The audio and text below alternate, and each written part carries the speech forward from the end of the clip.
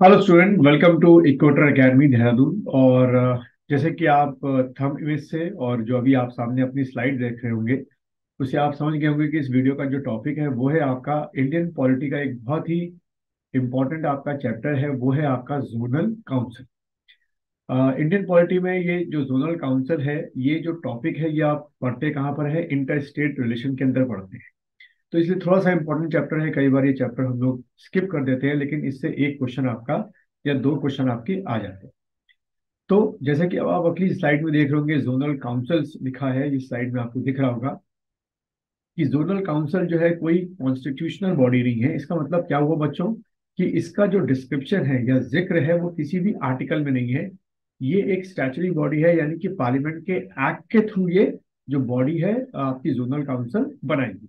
तो पहला दो एक एमसीक्यू क्वेश्चन इसी पहले पॉइंट से आपके आ जाता है कि जोनल काउंसिल क्या है, कॉन्स्टिट्यूशनल बॉडी है कि नॉन कॉन्स्टिट्यूशनल बॉडी है, कि क्वाजी जुडिशियल बॉडी है, स्टैचुटरी बॉडी। ठीक है, तो ये आप टिक करके आएंगे। दूसरा पॉइंट, जैसे कि आप देख रहे होंगे अपने स्क्रीन पर इस समय, कि zonal council are establish by an act of parliament, that is state reorganisation act of 1956। तो ये एक्ट का ईयर आपसे जो है वो पूछा जा सकता है। ठीक है, तो ये दो पॉइंट्स आपको समझ में आ गए होंगे और किस तरीके से आपके एमसीक्यू में ये क्वेश्चन आ सकते हैं, आप लोग यहाँ से कर लेंगे। फिर आप अपनी स्क्रीन पर अब आप अगली स्लाइड देख रहे होंगे जिसमें लिखा हुआ है कि जो ये जोनल काउंसिल है इसको 5 जोन में ब्रॉडली डिवाइड किया गया था जब शुरू में बनाई गई थी। पहली आपकी क्या है? Northern zonal council. दूसरी आप देख रहे होंगे सेंट्रल जोनल काउंसिल। फिर ईस्टर्न जोनल काउंसिल।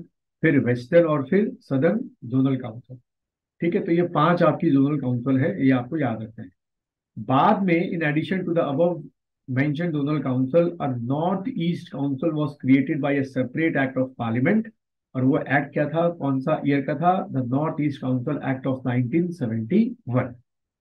तो यहाँ से जितने भी आपके 7 सिस्टर्स हैं उनको इसमें इंक्लूड किया गया। तो देखो बच्चों, ये क्वेश्चन किस तरीके से आपके एमसीक्यू में आ सकता है कि किस एक्ट के थ्रू नॉर्थ ईस्टर्न काउंसिल जो है वो बनाई गई। तो आप टिक करेंगे north eastern council act of 1971। आपसे जो ईयर है बच्चों वो पूछा जा सकता है। अब आप अगली स्लाइड में देख लेंगे इसका स्ट्रक्चर, जैसे कि आपको आपकी स्लाइड में दिख रहा होगा। आपसे स्ट्रक्चर पूछा सकता है कि जो जोनल काउंसिल है उसके मेंबर्स या उसके जो स्ट्रक्चर होता है वो क्या होता है। तो जैसे कि आपको आपकी स्क्रीन पे दिख रहा है, जो इसके चेयरमैन होते हैं वो हमारे यूनियन होम मिनिस्टर होते हैं। ठीक है, और यही क्वेश्चन आपसे पूछा जाता है कैसे, कि जोनल काउंसिल के चेयरमैन इन चारों में से कौन होते हैं। क्या लिखा होगा ऑप्शन में? President, prime minister, home minister या फाइनेंस मिनिस्टर। तो भाई union home minister is the chairman of the each of these council. ठीक है। दूसरा, वाइस चेयरमैन कौन होते हैं? जैसे कि आप इस स्लाइड में देख रहे होंगे कि chief minister of state including each zone act as a vice chairman of the zonal council. ठीक है, and for the zone by rotation each holding office for a period of 1 year at a time. एक एक साल के लिए जो chief ministers होते हैं वो क्या बनते हैं? वाइस चेयरमैन बनते हैं। फिर इसके मेंबर्स, जो थर्ड पॉइंट आप देख रहे हैं, मेंबर्स कौन होते हैं? Chief minister and 2 other ministers as nominated by the governor. कौन नॉमिनेट करता है? गवर्नर करता है। From each of the state. ठीक है, वो इसके क्या होते हैं? आपके मेंबर्स होते हैं।